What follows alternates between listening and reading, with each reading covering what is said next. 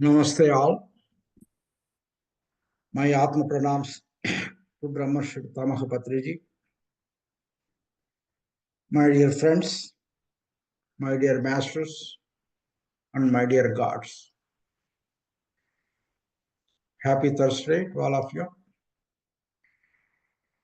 Today we are going to discuss about another interesting and important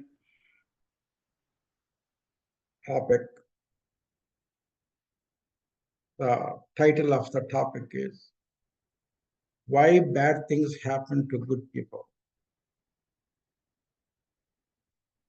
This is the question that almost every one of us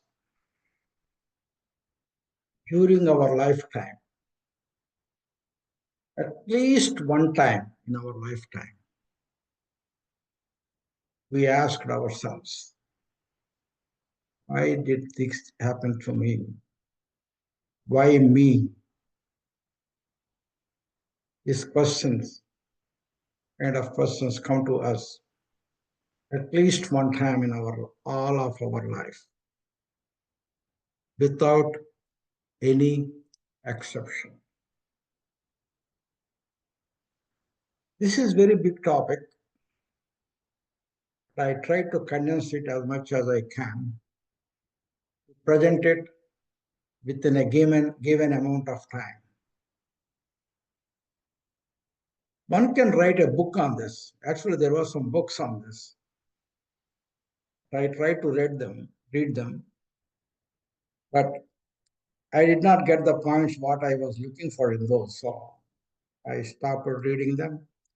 But whatever I am talking today, it's based upon my personal experience, not from any books or wisdom that I gathered over my lifetime and my personal experiences and what I learned out of my personal experiences. Based upon all those, I made this lecture to be presented to you all. Okay, let us get into it. Why bad things happen to good people? Here, two important words we are discussing: things and good people. Things means we call them bad things. If you really see, there are only things in life. Things means events. What I mean, things bad, why bad things happen to good people, why bad events happen, why bad incidents happen to good people, why things means not literally objects, experiences. I mean, so if we call, please, whenever I say thing, you please think about our experiences like that, not real objects. Things means actual experiences. And we call them bad and we call them good. Actually, things themselves are not bad or good. All there are things, that's all. And we label them, these are bad things and these are good things. That means if a thing happens as per our wish, we call that thing as good thing. If a thing happens against our wish, we call that thing as bad thing. Suppose, for example, if there is a rain and we arranged an outdoor party Suddenly it rained. That complete planning of that party was devastated. We call that rain as bad thing at the time. But a farmer in the field has been waiting for that rain for months together because this crop is drying out. The same rain which we labeled as bad, that farmer labels that rain as good thing. That means there is no such thing as a good or bad thing. All there are things based upon our understanding, and if it happens as per our wish or against our wish, based upon these things, we call things as bad things or good things. In reality, there are no such things as bad things or good things. It is only your perception. I want to make this point clear before we get into the main topic. Okay. Now, the second one that we are going to discuss about is good people. What do we mean by good people? What do we mean by bad people? Here, when I say good people, I mean godly people, spiritual people, people who have the godly qualities, people who have the divine qualities, who are trying to lead the spiritual life. That's what we are talking here in this context when we say good people. So, they must possess certain divine qualities. If we go to Bhagavad Gita, there is a chapter called Daivasura Sampat Vibhaga Yoga. In that, Krishna explains what are the divine qualities, what are the demonic qualities. I don't want to go in detail in that because of the lack of the time. The people who have the divine qualities, we call here in this context as good people. Who have the demonic qualities, in this context, we call that as a bad people. What are some of those divine qualities that Bhagavad Gita talked about, and also what we are referring here to? Love, kindness, tolerance, patience. These are a few of the examples of the divine qualities and who is leading the spiritual life as a continuous meditator, swadhyaya, sajjana sangatya, leading this kind of life. The opposite of that, we have the hatred, anger, ego, envy, impatience, like Arshad Bhargav's kama, krodha, lobha, moha, mada, masa, and who have this kind of qualities. And non-spiritual people, in this context, we call that as bad people. Let me make these 2 points very clear before we go further. Things as they are not bad or good, we only call them bad or good based upon our observation and based upon the particular context. Good people are those who are leading the spiritual life with the divine qualities predominantly in them. That doesn't mean they are perfect. Predominantly, they have certain more good qualities and trying to lead a spiritual life as we are all the meditators. We can all call ourselves as a good people because we are all in the same path. Now,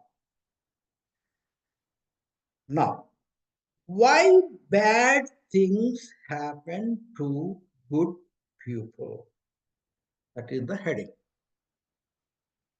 There are so many reasons why bad things happen to the good people. But today I would like to mention three main reasons why bad things happen to the good people.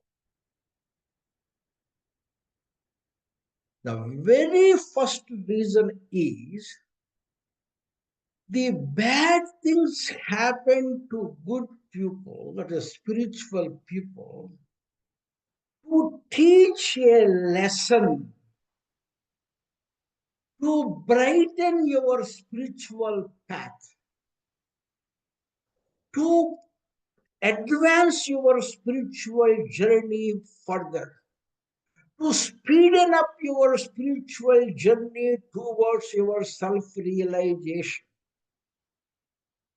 to push you more closer to moksha. So, for this to happen, the universe, or you can call it a universe, you can call it a divine, you can call it a God, you can call it as whatever you want to call it as. Certain times the bad things happens in your life to teach you a lesson, to brighten your spiritual path. One common complaint when a non-God believers argue with the God believers, why there is lot of suffering in this world if the God is really there? If your God is really there, He would have wiped off all the suffering from this universe and make everybody happy. That's the common thing that we complain. In that context, we see the bad things happen to the good people to teach them a nice lesson, to brighten their spiritual path, to sharpen their spiritual path, to fasten their spiritual path, and bring them closer to the self-realization or moksha. And many people ask, why little children who are just born within 1 year of life suffer from major cancers? Why they die suddenly? What did the little kids do? How can you answer like that? Many people ask that question to argue with the God believers. Here, I am going to talk with the help of a story to tell you why bad things happen to the good people, how bad things can teach you a lesson to brighten your spiritual path. Here it goes.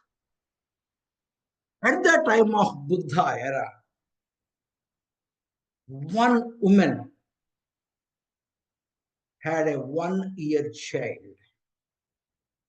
Her child died suddenly. She is alone, no husband, one child. His husband died after the child was born. She was only child. She loves the child so much that she could not take the pain of the departure of the child. She had so much attachment with the child that she does not want to cremate the child after the death of the child. She was holding the child body, going to home like a mad woman and asking everybody, please bring my child back into life. I can't live without my child. Please help me. Please help me. He is going a home after home to every home in the village. Finally, she came to Gautama Buddha's ashram and asked the same question to Gautama Buddha. Sir, I can't live without my child. Please bring this child back to life.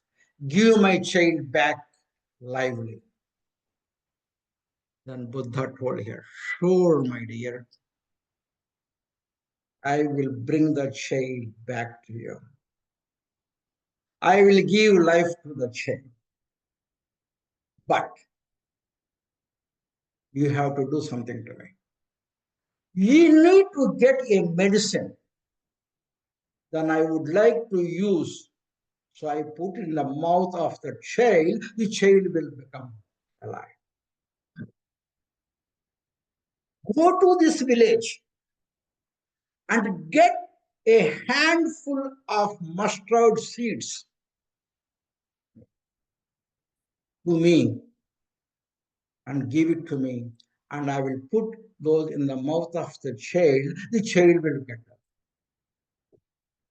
He was about to go, run. Wait a minute. But there is one more thing I need to tell you. I want to bring that mustard seed, handful of mustard seed, from the home where there was no death occurred. Go and find and get it. I will bring your child alive. Okay, she ran to the first house. Can you please give me a handful of mustard seeds? The house owner came with, oh, sure, why not? So gave them and about to put those mustard seeds in her hand. Excuse me? Did anybody die in your home? Yeah, my grandparent died, my grandfather died a few years ago. Oh, I'm sorry. I can't take the mustard seed from you.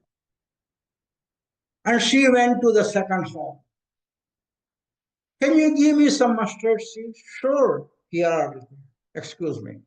Did you have did anybody die in your home? Yeah, my husband died at 40 years of age. Oh, excuse me. I can't take mustard seed from you. Then she went to a third home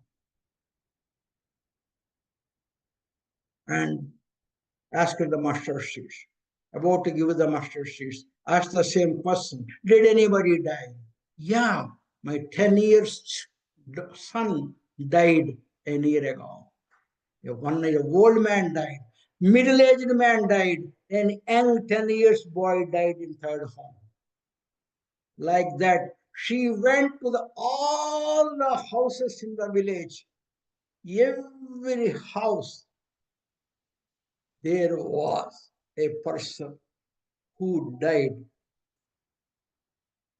sometime or the other. Then she could not find a house where there was no death occurred. Then she finally returned to Buddha and told her, sir, I could not find a house where there was no death occurred. So I came with empty-handed, without any mustard seed. Then the Buddha asked her to sit down. My dear lady, see, death is very common. In every house there is a death. So death is a very, very, very, very natural thing. As soon as we are born, that tag of the death attached to us. It haunts us like a shadow, continuously following in the back of you to knock it down at any day, any minute, any second. Can happen any time. The only way that you want to die, if you don't want to die, is you should not born. The only way that you can escape death is you should not born. Once you are born, the death is must. You gave the birth to your child. That's the reason the child died. You know the history of your child. You know why he died within 1 year of age? This boy who died was a almost well-learned saint in his past life. He almost achieved the moksha. He left with one more small thing to be done in his next birth. That is to be born with you to you as a son. He came to this world as a son, and he completed what he is supposed to do being your son. And he is the reason for coming to this earth is completed. Then he died and attained moksha. And you are so lucky.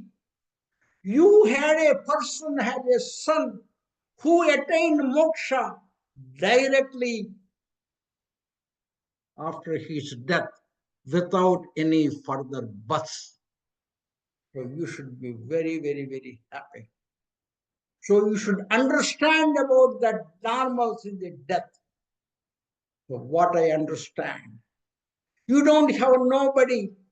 Take it as an advantage and become a female monk right now and do a detachment and follow my 10 principles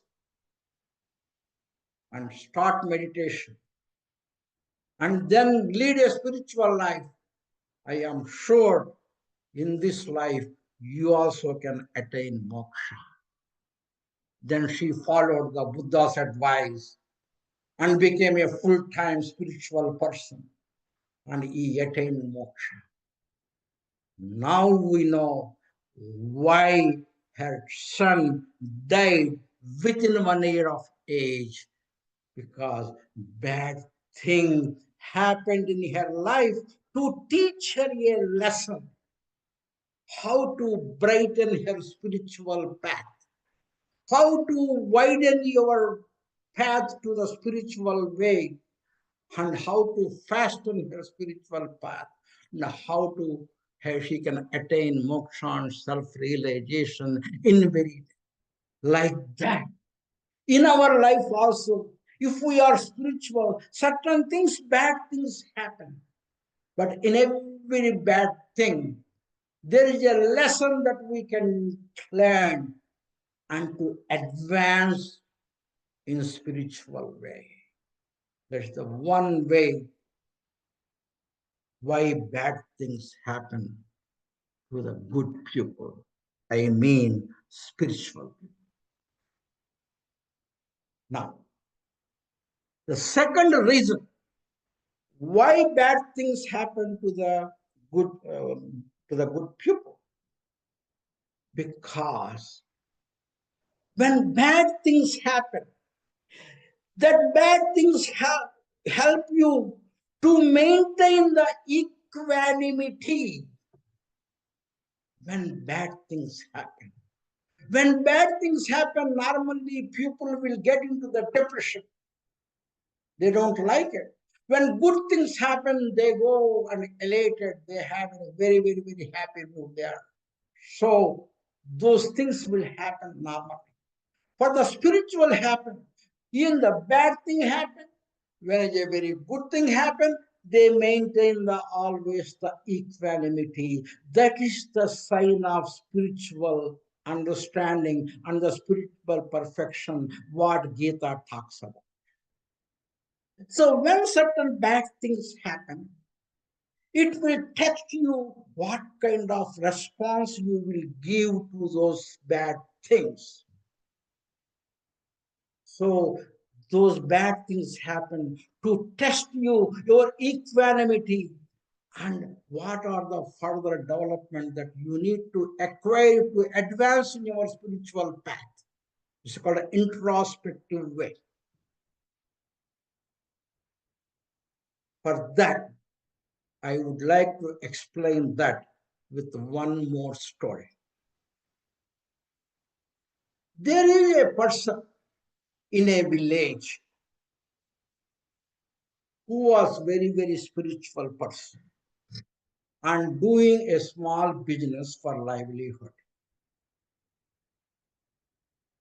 So spiritual people are not good business people. Like me, I also lost everything in my business when I was there. So he lost everything in the business, including his house. And because of the depression, his wife died. And he left with him and his son.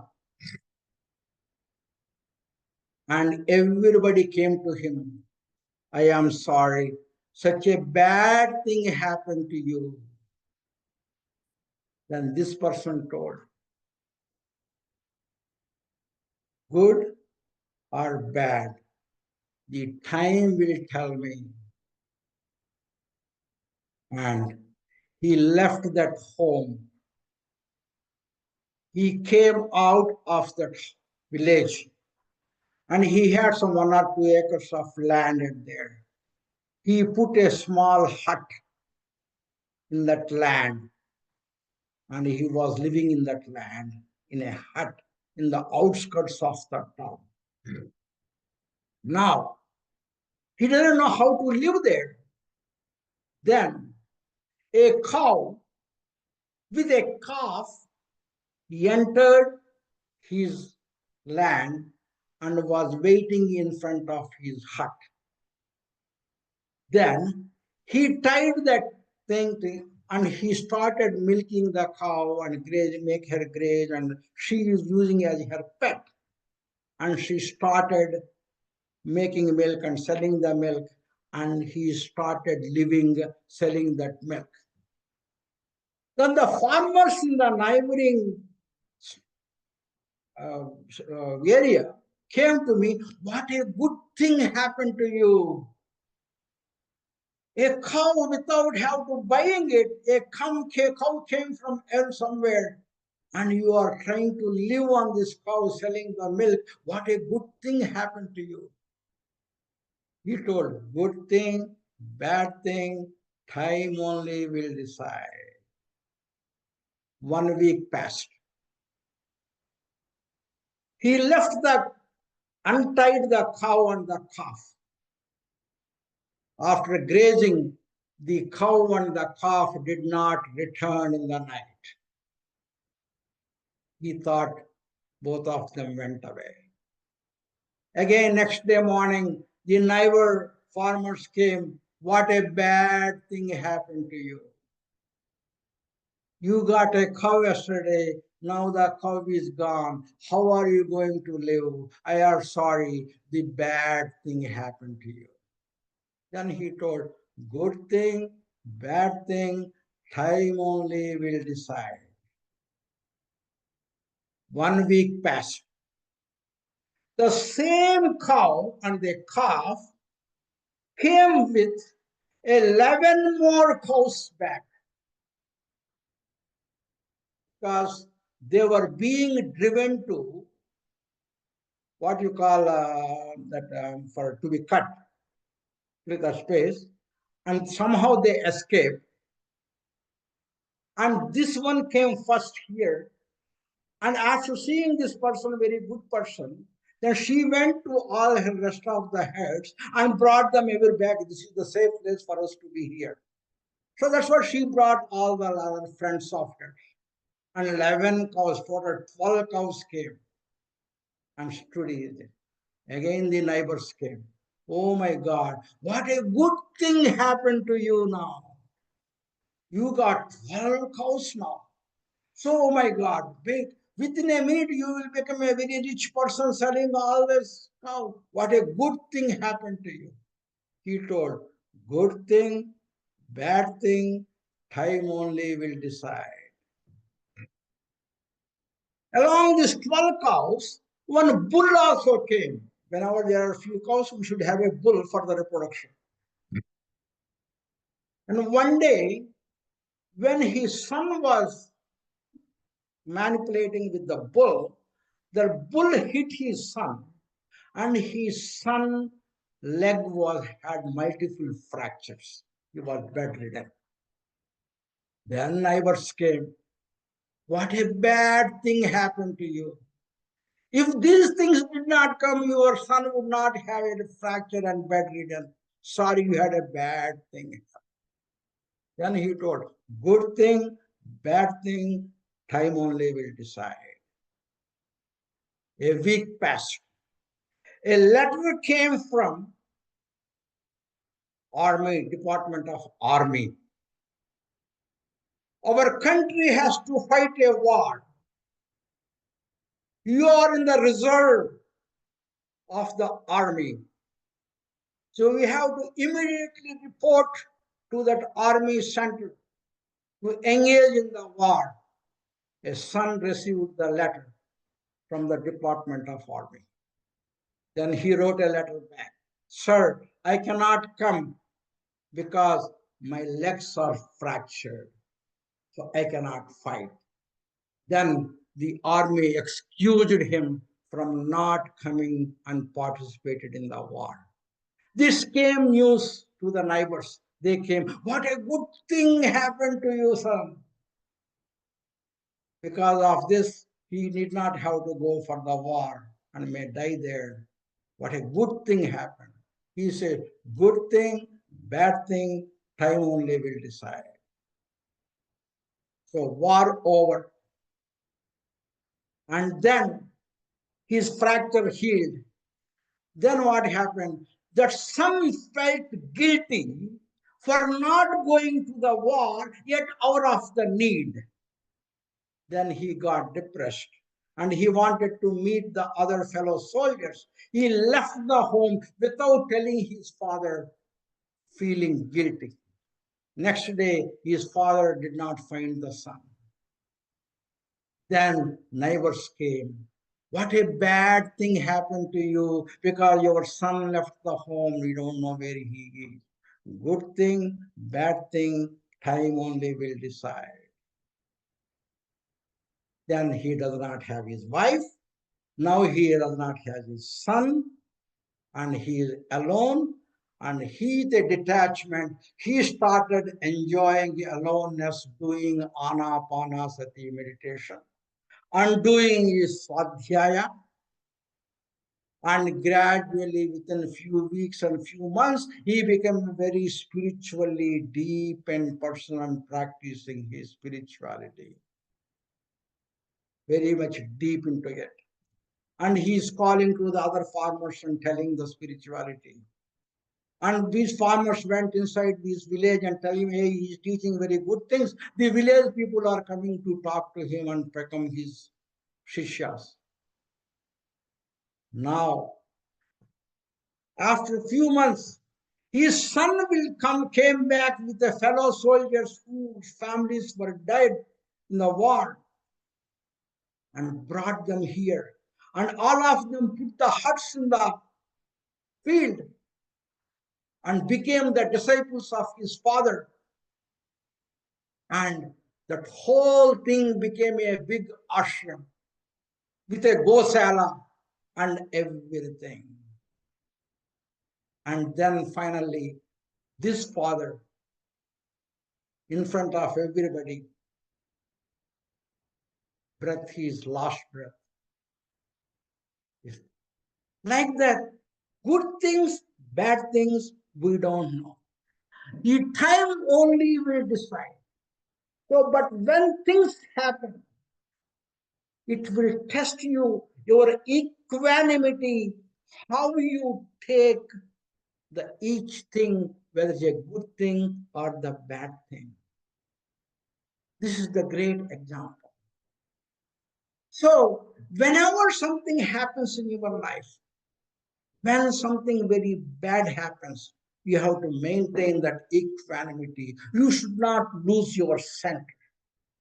At the same time, something happens very exciting, then you should not go out of the world. You should not maintain that center. So that's what Bhagavad Gita says. So when these things happens, it will help you to practice that equanimity if you are a spiritual when bad things happen to you.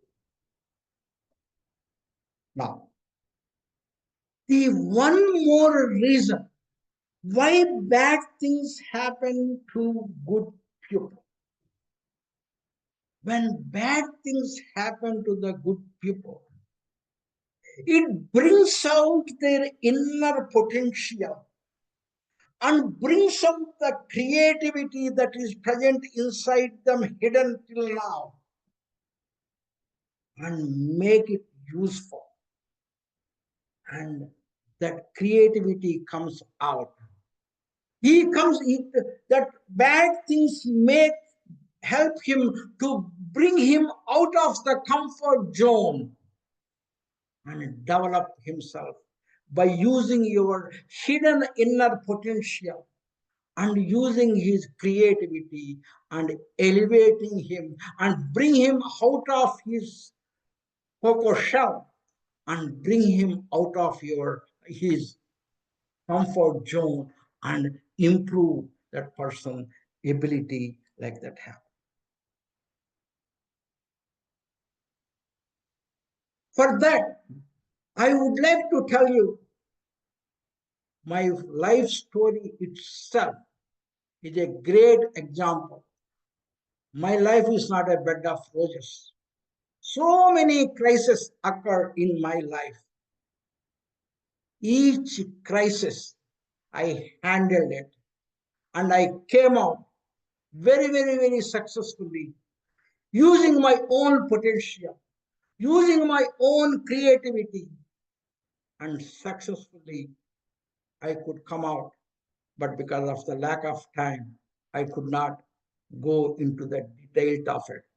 But I will explain you one small thing before I close. 3 years back, I was in Michigan with my wife in the winter because normally 9 months I travel every week. But the 3 months I used to stay in Michigan because of the winter I could not travel back and forth. We took an apartment and we stayed in Michigan with me and my wife. My wife, what happened? She got a rice bag and she was trying to cut the rice bag, open the rice bag with a knife.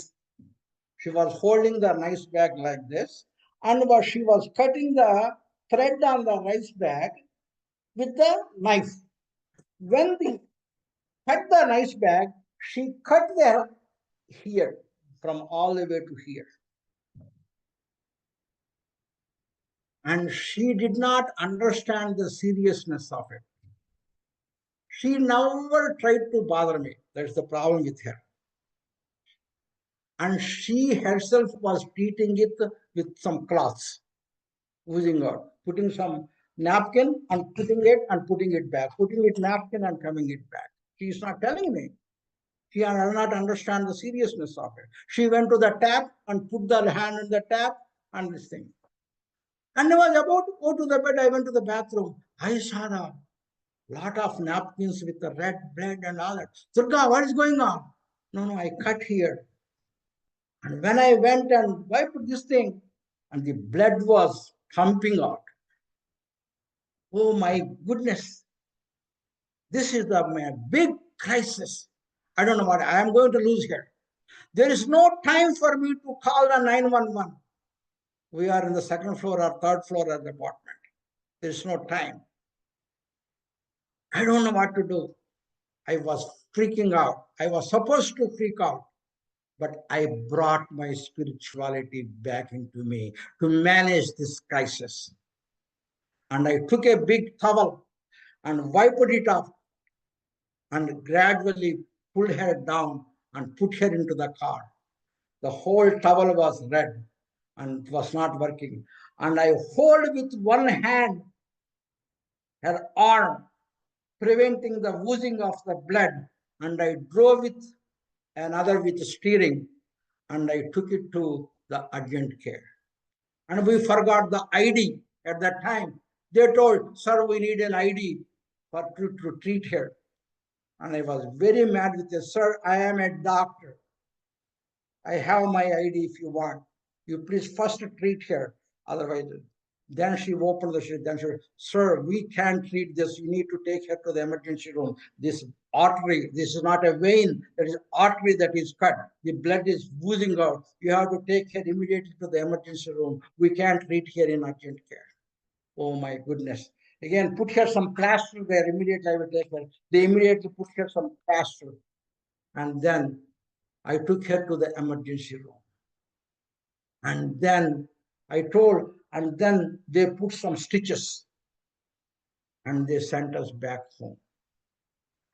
And we were coming back because we completed our stay in this thing. We are coming back to Chicago. And from there, I wanted to go to India and she wanted to come to Dallas.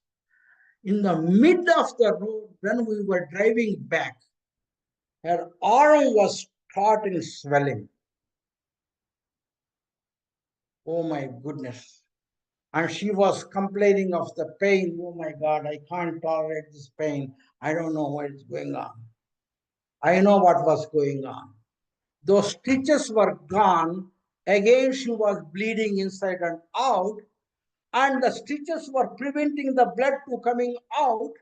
And that's why the arm was swelling. And she could not tolerate it. And in the middle, somewhere, some emergency room, I took her in the middle of our way. I don't know which place is that. And I took, and they could not treat her. Please, they put her in some kind of hallway without treating her. Some hospital. No, if she will die, if it is like there. And again, I put her back in my car and I brought to another major center in Kalamazoo where I worked, where I knew the doctors on the way to Christian. And I went and told that this I'm so and so, and he knows me, they know me. Then immediately, but instead I was maintaining my spiritual equanimity and peace, and I am not losing, even though I have to do what I have to do. If I lose my equanimity, if I lose my center, I may lose her. And hold her. And the doctor told, sir, we need an immediate surgery because this is an artery that was cut. I am the only one and only me and my wife, that's all. Nobody was there. My children were there, but they were away. But I called them and told.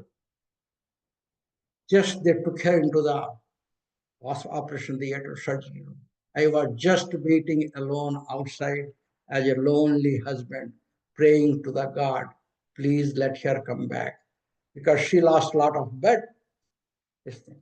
Finally, it worked out and she came back alive. This thing. But the reason is, these bad things happened. Then it will bring over your full potential and creativity inside you. If you lose that creativity and you get attached and you go to worry, then the things might cause more damage than it would have done. This is another example of why bad things happen. Sometimes it brings out the potentiality that is there. That was, but I didn't know that I didn't have that much tolerance.